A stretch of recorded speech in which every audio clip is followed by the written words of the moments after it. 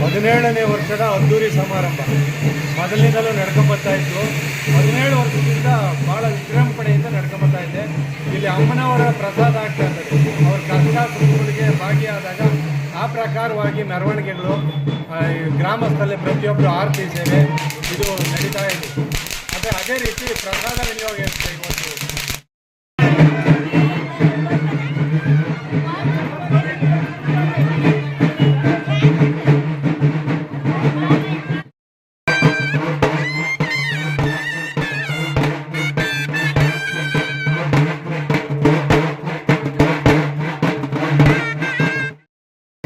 ಅನಾದಿಕಾಲದಿಂದ ಅನಾದಿಕಾಲದಿಂದ ಇಲ್ಲಿ ನೆಲೆಸಿದೆ.